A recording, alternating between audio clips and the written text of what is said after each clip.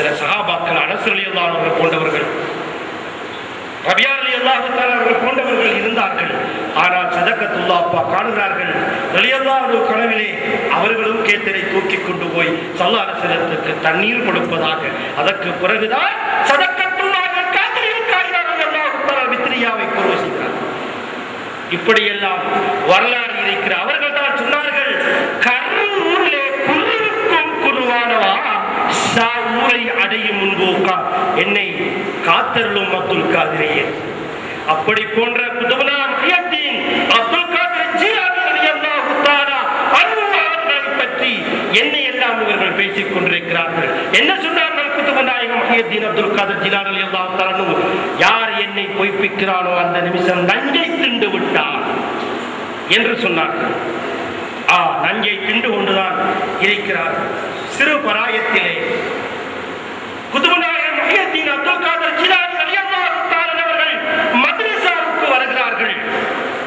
வருகிற பொழுது மலக்குகள் சொல்கிறார்கள், இவருக்கு வழிவிட்டுக் கொடுங்கள், இவருக்கு நீங்கள் வழிவிடுங்கள் என்று சொல்லி அங்கு உள்ள பிள்ளைகளுக்கு மலக்குகள் சொல்லுகிறார்கள்.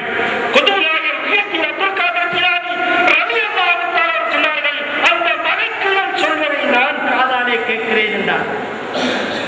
அந்த மலக்குகள் இந்த வலிக்கு, இந்த வலிவுக்கு இடம் விட்டுக் கொடுங்கள் என்று சொல்வதை நான் என் காதால் கேட்கிறேன் என்று சொன்னார்கள் குதுபுனா முஹியத்தீன் அப்துல் காதிர் ஜீலானி ரலியல்லாஹு தஆலா அவர்கள். இப்ப இந்த வகாபிகள் எல்லாம் கேட்பாங்க, எப்படி மலக்குகள் பேசுவது எப்படி இவர்களுக்கு கேட்கும்? கேட்பார்களா இல்லையா? மலக்குகள் பேசுவது எப்படி இவருக்கு கேட்கும்? இவர்கள் ஹதீஸை படிக்க வேண்டும்.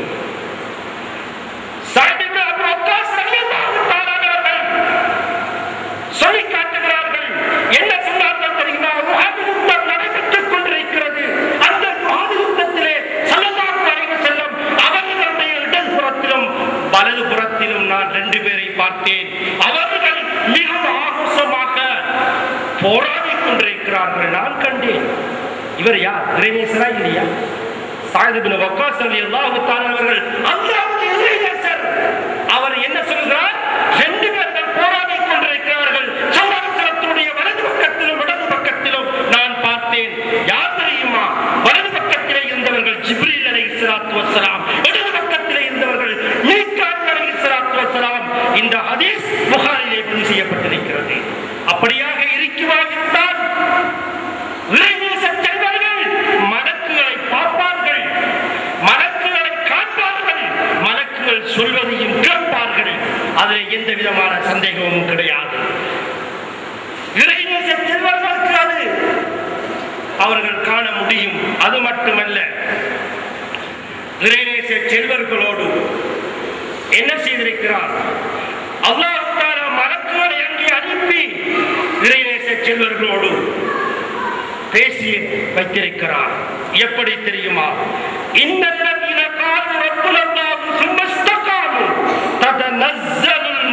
ததனஸ்ஸலு அலைஹிமுல் மலாயிகா அல்லா தகாஃபு வலா தஹ்சனு வஅப்ஷிரு பில் ஜன்னத்தி அல்லதி குன்தும் துஆதுன். அல்லாஹ் குர்ஆனிலே சொல்லி காட்டுகிறான். எப்படி சொல்லி காட்டுகிறான் அல்லாஹ் தஆலா தெரியுமா? ஈமான் கொண்டு அல்லாஹ்வை ரப்பென்று ஏற்று ஈமான் கொண்டார்களே, அது மட்டுமல்ல, அதிலே உறுதியாக இருந்தார்களே, அவர்களிடத்திலே தத்தனஸ்ஸலு அலைஹிமுல் மலாயிகா, அவர்களிடத்தில் மலக்குகள் வருகிறார்கள், இறங்குகிறார்கள். அல்லா தகாபு, அந்த இறைநேசத்தை பார்த்து சொல்கிறார்கள், அல்லா தகாபு, நீங்கள் கவலைப்படாதீர்கள், வலா தஹ்சனு, நீங்கள் பயப்படாதீர்கள், கவலைப்படாதீர்கள். அல்லா தகாபு, நீங்கள் பயப்படவும் வேண்டாம், வலா தஹ்சனு, நீங்கள் கவலை கொள்ளவும் வேண்டாம், வஅப்ஷிரு பில் ஜன்னத்தி அல்லதி குன்தும் துஆதுன், உங்களுக்காக வாக்களிக்கப்பட்ட சுவனபதி இருக்கிறது, அதை கொண்டு நீங்கள் மகிழ்ச்சி அடையுங்கள், சந்தோஷம் அடையுங்கள் என்று அல்லாஹ் சொல்லி காட்டுகிறான். அப்படியாக இருக்கும் என்றால் வருகிறார்கள். குர்ஆன் சொல்லுகிறது, அல்லாஹ்வுடைய அருள்மறை எங்களுக்கு சொல்லி காட்டுகிறது. உங்களுக்கு பயமும் இல்லை, நீங்கள் கவலை கொள்ளவும் தேவையில்லை என்று பயமும் கவலையும் அவர்களிடத்தில் இருந்து வீசப்பட்டது. இன்னும் ஒரு ஆயத்தை சொல்லி காட்டுகிறது, லா ஹவுஃபுன் அலைஹிம் வலா ஹும் யஹ்சனூன். அவர்களுக்கு பயமும் இல்லை, அவர்களுக்கு கவலையும் இல்லை என்று இன்னும் ஒரு ஆயத்தை சொல்லி காட்டுகிறது. கவலையும் பயமும் எப்ப வரும்? நல்லா விளங்கிக் கொள்ள வேண்டும். கவலை எப்ப வரும், பயம் எப்ப வரும்? கவலை வரும் ஒரு சென்று போன விடயத்தை நினைத்து கவலை வரும். இறந்த காலம், வருங்காலம் இருக்கின்றது.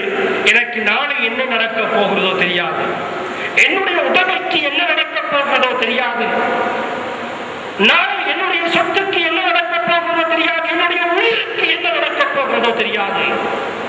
ஆனால் நான் இப்படி ஒரு பணக்காரனாக இருந்தேன், மாடா மாளிகை கட்டி கோபுரத்திலே வாழ்ந்து கொண்டிருந்தேன், எல்லா சொத்துக்களும் அழிந்து போய்விட்டது சுனாமியிலே.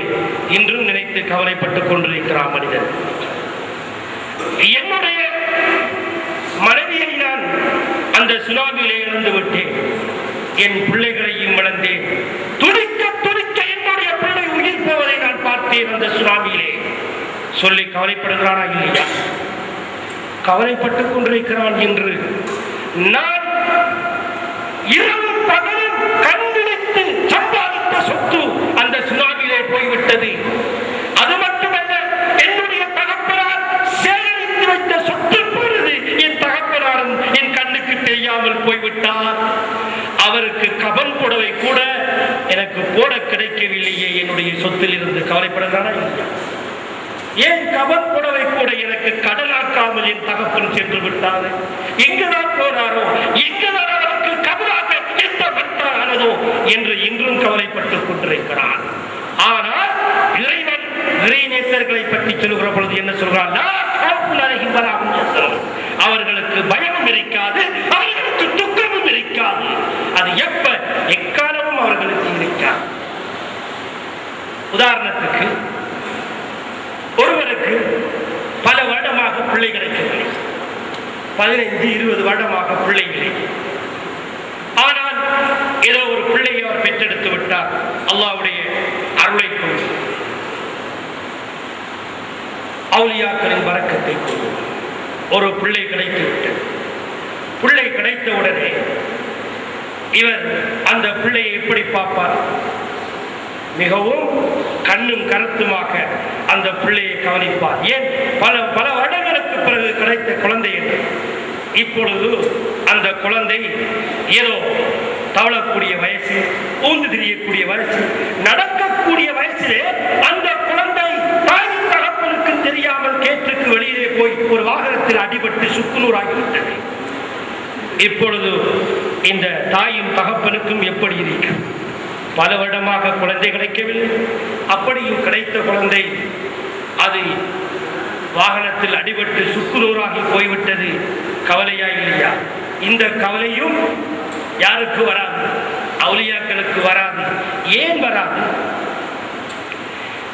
ஏன் வராது? அவர்கள் எந்த நிலையிலே இருந்தார்கள்? இதைத்தான் நாம் சிந்திக்க வேண்டும். இந்த பயமும் இந்த கவலையும் ஏன் இல்லை என்று அல்லாஹ் சொன்னான் இவர்களுக்கு. இவர்கள் என்ன செய்தார்கள் தெரியுமா? அவர்களுடைய வாழ்க்கையில் அவர்களுக்கு பயமும் கவலையும் வராதற்கு காரணம் அவர்கள் அல்லாஹ்வுடைய அருள்மறையின் ஆழத்தை சிந்தித்தவர்கள். எப்படி சிந்தித்தார்கள்? வலில்லாஹி முல்கு ஸமாவாத்தி வல் அர்த். வானத்தில் உள்ளவர்களும் பூமியில் உள்ளவர்களும் அல்லாஹ்வுக்கே சொந்தம். அல்லாஹ்வுக்கு வந்துட்டா கவலை வருமா?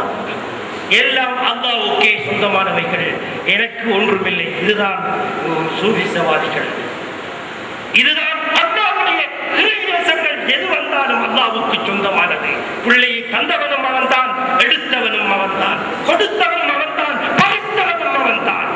எல்லாமே அல்லாஹ்வுக்குத்தான் என்ற நிலையில் இருந்தவர்கள் தான் வலிமார்கள், அல்லாஹ்வுடைய இறைநேசர்கள். அதனால்தான் அவர்களுக்கு ஹவ்வும் ஹுஸ்னும் அவர்களை விட்டு கலட்டப்பட்டு விட்டது. அருமையானவர்களே, அப்படியான ஒரு உன்னத நிலையில் வாழ்ந்தவர்கள் தான் மெய்நிலை கண்ட யானி முஹியத்தீன் அப்துல் காதிர் ஜீலானி ரலியல்லாஹு தஆலா அவர்கள். இவர்கள் கேட்பார்கள், எப்படி மலக்குகளோடு இவர்கள் காண்கிறார்கள்? அவர்கள் மலக்குகள் சொல்வது தெரியுமா உங்களுக்கு? எங்களோடு மலக்குகள் பேசுகிறார்கள். எப்படி தெரியுமா? எங்களுக்கு விளங்குதா? நாங்க ஒரு நோயாளியை விசாரிக்க போறோம். ஸல்லல்லாஹு அலைஹி வஸல்லம் அவர்கள் சொன்னார்கள், மலக்குகள் சொல்லுகிறார்கள். என்ன சொல்லுவாங்க தெரியுமா? நோயாளியை விசாரிக்க போற பொழுது உங்களுக்கு நீங்கள் என்ன செய்து விட்டீர்கள்? அன்பர்களே நல்லவராகி விட்டீர்கள். அன்பர்களே நீங்கள் நல்லவராகி விட்டீர்கள். நீங்கள் நல்லவர்கள். மலக்குகள் சொல்றார்கள், ஒரு நோயாளியை நோய் விசாரிக்க போவது சுன்னத். அப்படி நோய் விசாரிக்க போகிற பொழுது மலக்குகள் சொல்லுகிறார்கள். இந்த வார்த்தையை ஸல்லல்லாஹு அலைஹி வஸல்லம் சொல்லி காட்டுகிறார்கள். மலக்குகள் பேசுகிறார்கள். எப்படி சொல்லுகிறார்கள்? அன்பரே நீங்கள் நல்லவராகி விட்டீர்கள். நீங்கள் நடந்து போகும் நடை நல்லதாகிவிட்டது. எங்கே ஒரு நோயாளியை விசாரிப்பதற்காக நடந்து போகிறீர்களோ அந்த நடையும் உங்களுக்கு நல்லதாகிவிட்டது. அது மாத்திரமல்ல, சுவர்க்கத்தில் நீங்கள் ஒரு இடத்தை தேர்ந்தெடுத்துக் கொண்டீர்கள். 3 வார்த்தையை மலக்குகள் சொல்றாங்க.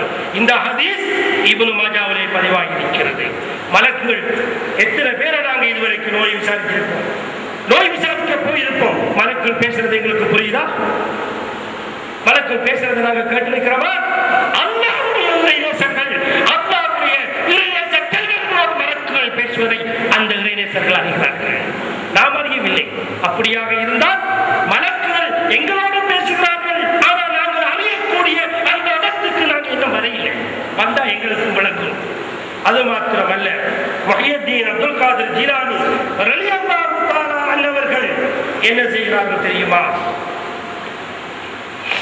அவர்கள் குதுப் நாயகம் முஹியத்தீன் அப்துல் காதிர் ஜீலானி ரலியல்லாஹு அன்ஹு அவர்கள் கராமத்துல் கௌனியாவை உலகத்திலே அதிகமாக நிறுத்தியவர்கள். கராமத்துல் கல்பியா என்று ஒன்று இருக்கிறது, கராமத்துல் கௌனியா என்று ஒன்று இருக்கிறது. கராமத்துல் கௌனியாவை காட்டியவர்கள், அதிகமாக காட்டியவர்கள் எங்களுடைய ஷேഖ்னா முஹியத்தீன் அப்துல் காதிர் ஜீலானி ரலியல்லாஹு அவர்கள். கராமத்துல் கல்பியாவை உலகத்திலே காட்டியவர்கள் யார் தெரியுமா? ஷேഖ்னா முஹியத்தீன் இப்னு அரபி ரலியல்லாஹு அவர்கள் தான் கராமத்துல் கல்பியாவை உலகத்தில் அதிகமாக காட்டினவர்கள். அல்லாஹ்வுடைய இல்ஹாமையும் அல்லாஹ்வுடைய பிரபஞ்சத்தின் தத்துவத்தையும் எடுத்து வந்தவர்கள் முஹியத்தீன் இப்னு அரபி ரலியல்லாஹு தஆலா அவர்கள் கராமத்துல் கல்பியாவை காட்டினார்கள். கராமத்துல் கௌனியாவை உலகத்தில் அதிகமாக நிகழ்த்தியவர்கள் எங்களுடைய ஷேഖ்னா முஹியத்தீன் அப்துல் காதிர் ஜீலானி ரலியல்லாஹு தஆலா அவர்கள். அதிலே அவர்கள் ஒன்றை என்ன செய்கிறார்கள் தெரியுமா? ஒரு நாள் ஒரு பையனுக்கு 15 வருடமாக அவனுக்கு காய்ச்சல் அவனுக்கு இருந்தது. இவர்கள் கேட்பார்கள், முஹியத்தீன் மௌலிதிலே நீங்கள் சொல்லுகின்றீர்களே, முஹியத்தீன் அப்துல் காதிர் ஜீலானி ரலியல்லாஹு தஆலா அவர்கள் காய்ச்சலை அனுப்பினார்களாம், அது எப்படி அனுப்பியது? அப்துல் காதிருடைய பேரை சொன்னால் காய்ச்சல் போகுதாம், அது எப்படி போகும் என்று இன்று கேட்கிறார்களா இல்லையா? கேட்பார்கள். கேள்விக்கு மேல் கேள்வி கேட்டுக்கொண்டுதான் இருப்பார்கள். புதுநாயகத்தை அவர் சொல்லுகிறார், மௌலிதிலே வரும், ஹிகாயத்திலேயும் அந்த செய்தி முஹியத்தீன் மௌலிதின் ஹிகாயத்திலே வரும். எப்படி தெரியுமா? 15 வருஷமாக என்னுடைய பிள்ளைக்கு காய்ச்சல் பிடித்திருக்கிறது. அந்த காய்ச்சல் நீங்க துவா செய்யுங்கள் என்று சொன்ன பொழுது என்ன சொன்னார்கள்? நீங்கள் போங்கள், போய் உங்களுடைய பிள்ளையுடைய காதிலே போய் சொல்லுங்கள், அப்துல் காதிர் முஹியத்தீன் அப்துல் காதிர் சொல்லுகிறார், அந்த காய்ச்சலை போக சொல்லி சொல்லுகிறார் என்று சொல்லுங்கள், அந்த காய்ச்சல் போய்விடும் என்று சொல்லுகிறார். போய் சொன்னார்கள், அந்த காய்ச்சல் போய்விட்டது. இது கராமத், இது அவருடைய கராமத்து, குதுப் நாயகத்துடைய கராமத்.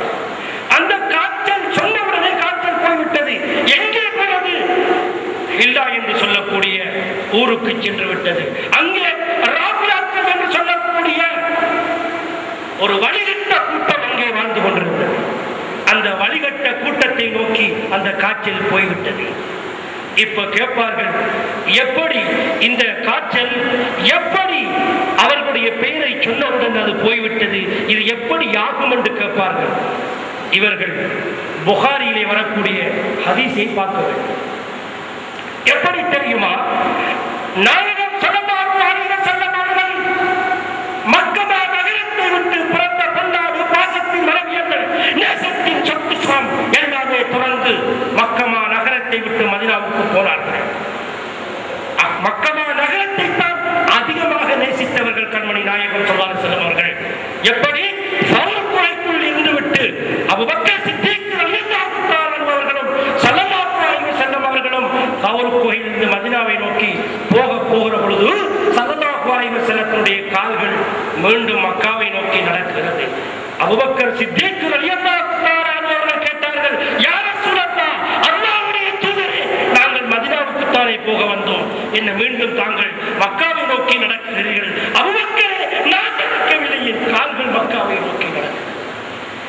மக்காவை அவ்வளவுக்கு நான் உகந்தவன், அவ்வளவுக்கு விருப்பம் வைத்தவன் நான் மக்கா நகரத்தின் மீது. நான் நடக்கவில்லை, என் கால்கள் மக்காவை நோக்கி நடக்கிறது.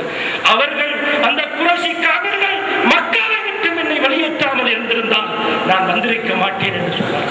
வெளியேற்றி விட்டார். ஆகவே அன்பார்ந்தவர்களே, அன்பார்ந்த நேசர்களே, இப்பொழுது ஸல்லல்லாஹு அலைஹி வஸல்லம் அவர்களும் அந்த உத்தம சஹாபாக்களும் மதீனாவை நோக்கி சென்றார்கள். மதீனாவில் அவர்கள் இருந்து கொண்டிருக்கிறார்கள். அங்கே சென்றவுடன் அங்கே அந்த ஊர் தண்ணீர் அவர்களுக்கு பிடிக்கவில்லை. ஆயிஷா சித்திகா ரலியல்லாஹு தஆலா அவர்கள் இந்த ஹதீஸை அறிவிக்கிறார்கள். அங்கே போனவுடன் அபூபக்கர் சித்திக் ரலியல்லாஹு தஆலா அவர்களுக்கு நோய் வந்தது, காய்ச்சல் வந்தது. பிலால் ரலியல்லாஹு தஆலா அவர்களுக்கு காய்ச்சல் வந்தது. இப்பொழுது ஸல்லல்லாஹு அலைஹி வஸல்லம் அவர்கள் என்ன செய்தார்கள் தெரியுமா? எல்லோரும் வந்து சொல்லுகிறார்கள், ரசூல் ஸல்லல்லாஹு அலைஹி வஸல்லம் காய்ச்சலாக இருக்கிறது, மதீனா தண்ணி எங்களுக்கு பிடிக்கவில்லை. சொல்லுவார்கள், ஒரு ஊருக்கு சென்று விட்டு இந்த ஊர் தண்ணி எங்களுக்கு பிடிக்கவில்லை, நாங்க இந்த ஊர்ல இருந்து போறோம், எங்க போனாலும் தண்ணீரை கவனிச்சு கொடுங்கன்னு சொல்லுவாங்க எங்களுடைய பெரியார். அப்ப இந்த தண்ணி பிடிக்கவில்லை. இப்ப ஸல்லல்லாஹு அலைஹி வஸல்லம் அவர்கள் என்ன செய்கிறார்கள்? சிந்திக்கிறார்கள். மக்காவில் இருந்து மக்காவை நேசித்தவர்கள் இந்த உத்தம சஹாபாக்கள், இந்த மக்காவில் இருந்து அவர்கள் மதீனாவுக்கு வந்தார்கள். இந்த மதீனாவுக்கு தண்ணீர், மதீனாவுக்கு வந்தவுடன் அவர்களுக்கு தண்ணீர் சரியில்லாமல் காய்ச்சல் வந்துவிட்டது. அவர்களுக்கு என்ன காய்ச்சல் வந்துவிட்டது. அப்ப தண்ணீர் பிடிக்காமல் அங்கே காய்ச்சல் அவர்களுக்கு ஏற்பட்டு விட்டது. இந்த காய்ச்சலின் மூலமாக அபூபக்கர் சித்தீக் ரலியல்லாஹு அவர்களும் பிலால் ரலியல்லாஹு அவர்களும் அங்கே காய்ச்சலில் இருக்கிறார்கள். ஸல்லல்லாஹு அலைஹி வஸல்லம் இடத்திலே வந்து சொன்னார்கள். உடனடியாக ரசூல் ஸல்லல்லாஹு அலைஹி வஸல்லம் அவர்கள் அல்லாஹ்விடத்திலே துஆ கேட்கிறார்கள், இறைவா, இந்த மதீனாவை அவர்களுக்கு மிகவும் விருப்பமுள்ள ஊராக அவருடைய உள்ளத்திலே நீ போடுவாயாக. எந்த அளவுக்கு என்று கேட்டால், மக்காவை விட மதீனாவை அவர்களுக்கு விருப்பமுள்ள ஊராக, மிகவும் அவர்கள் உகப்புள்ள ஊராக அவர்களுக்கு நீ மாற்றி கொடுப்பாயாக என்று சொல்லிவிட்டு சொல்கிறார்கள், இவர்களுக்கு பிடித்திருக்கக்கூடிய இந்த காய்ச்சலை நீ என்ன செய்ய வேண்டும்? இங்கே இருந்து ஜுஹ்பா என்று சொல்லக்கூடிய இடத்துக்கு போயிடு என்று சொல்லி ஸல்லல்லாஹு அலைஹி வஸல்லம் அவர்கள் அந்த காய்ச்சலை பார்த்து சொல்கிறார்கள். அந்த காய்ச்சல் ஜுஹ்பா என்று சொல்லக்கூடிய ஊரை நோக்கி போய்விட்டது. அந்த ஊருடைய யகூதிகள் வாழ்ந்து கொண்டிருந்தார்கள். இது புகாரிலே, முஸ்லிமிலே பதிவாகியிருக்கக்கூடிய ஹதீஸ். ஆகவே அன்பார்ந்தவர்களே, ஏன் சொல்லுகிறோம் என்று கேட்டால், அன்று ஸல்லல்லாஹு அலைஹி வஸல்லம் அவர்கள் நிகழ்த்தினார்கள் முஜிஸா. குதுப் நாயகம் முஹியத்தீன் அப்துல் காதிர் ஜீலானி ரலியல்லாஹு தஆலா அவர்கள் நிகழ்த்தினார்கள் கராமா. இதுதான் அவர்கள் நிகழ்த்தியது முஜிஸா, இவர்கள் நிகழ்த்தியது கராமா. இதுதான் ஸல்லல்லாஹு அலைஹி வஸல்லம் அவர்கள் நிகழ்த்திய முஜிஸாத்தை போன்று குதுப் நாயகம் முஹியத்தீன் அப்துல் காதிர் ஜீலானி ரலியல்லாஹு தஆலா அவர்களும் கராமத்தை நிகழ்த்தி இருக்கிறார்கள். ஆகவே அன்பார்ந்தவர்களே, குதுப் நாயகம் முஹியத்தீன் அப்துல் காதிர் ஜீலானி ரலியல்லாஹு தஆலா அன்ஹு அவர்கள் சொல்லுகிறார்கள். எப்படி தெரியுமா? ஒரு சந்தர்ப்பத்தில் சொல்லுகிறார்கள், வலவுலா லுஜாமு ஷரியத்தி அலல் லிசான் லா அக்பர்துக்கும் பிமா தஅகுலூன வமா தத்தஹிரூன ஃபீ புயூதிக்கும் அன்தும் பைன யதைய கல் கவாரி அராதா ஃபீ பவாத்தினிக்கும் வ லவாஹிரிக்கும். குதுப் நாயகம் சொல்றார், எனக்கு ஷரியத் என்று சொல்லக்கூடிய ஒரு கடிவாளம் இந்த நாவுக்கு போடாமல் இருந்திருந்தால் அல்லாஹ் போட்டுட்டான். அப்படி ஷரியத் என்று சொல்லக்கூடிய கடிவாளம் எனக்கு நாவுக்கு விடாமல் இருந்திருந்தால் லா அக்பர்துக்கும் பிமா தஅகுலூன வமா தத்தஹிரூன ஃபீ புயூதிக்கும், நீங்கள் என்ன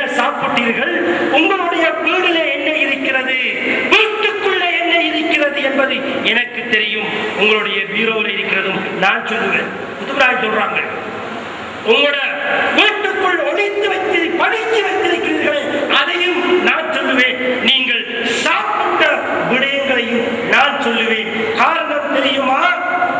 என் முன்னால் ஒரு பளிங்கு போத்தலை போல் இந்த காட்சி அளிக்கிறது. உங்களுடைய அத்துணை சொத்து சுகங்களும் எனக்கு முன்னால் கொண்டு வந்து வைக்கப்பட்டிருக்கிறது. அராபாத்திற்கும் அதவாகிருக்கும். உள்ளே நிற்பதையும் பார்க்கிறேன், வெளியே நிற்பதையும் பார்க்கிறேன் என்று சொன்னார் முஹியுத்தீன் அப்துல் காதர் ஜிலானி அப்துல் அசீஸ் அவர்கள். இது எப்படி ஆகும்? குதுபு நாயகம் பீரோவில் இருக்கிறதை பார்க்கிறாங்களா, வீட்டுக்குள்ளே இருக்கிறதை பார்க்கிறாங்களா, வயிற்றுக்குள்ளே இருப்பதையும் பார்க்கிறார்களா? இது எப்படி ஆகும்? குதுபு நாயகத்தில் கேட்கிறார்கள் இன்றைய நவீன கொள்கைவாதிகள். இவர்கள் குர்ஆனை படிக்க வேண்டும். குர்ஆனை படித்திருந்தால் இவர்களுக்கு தெரியும் ஈசா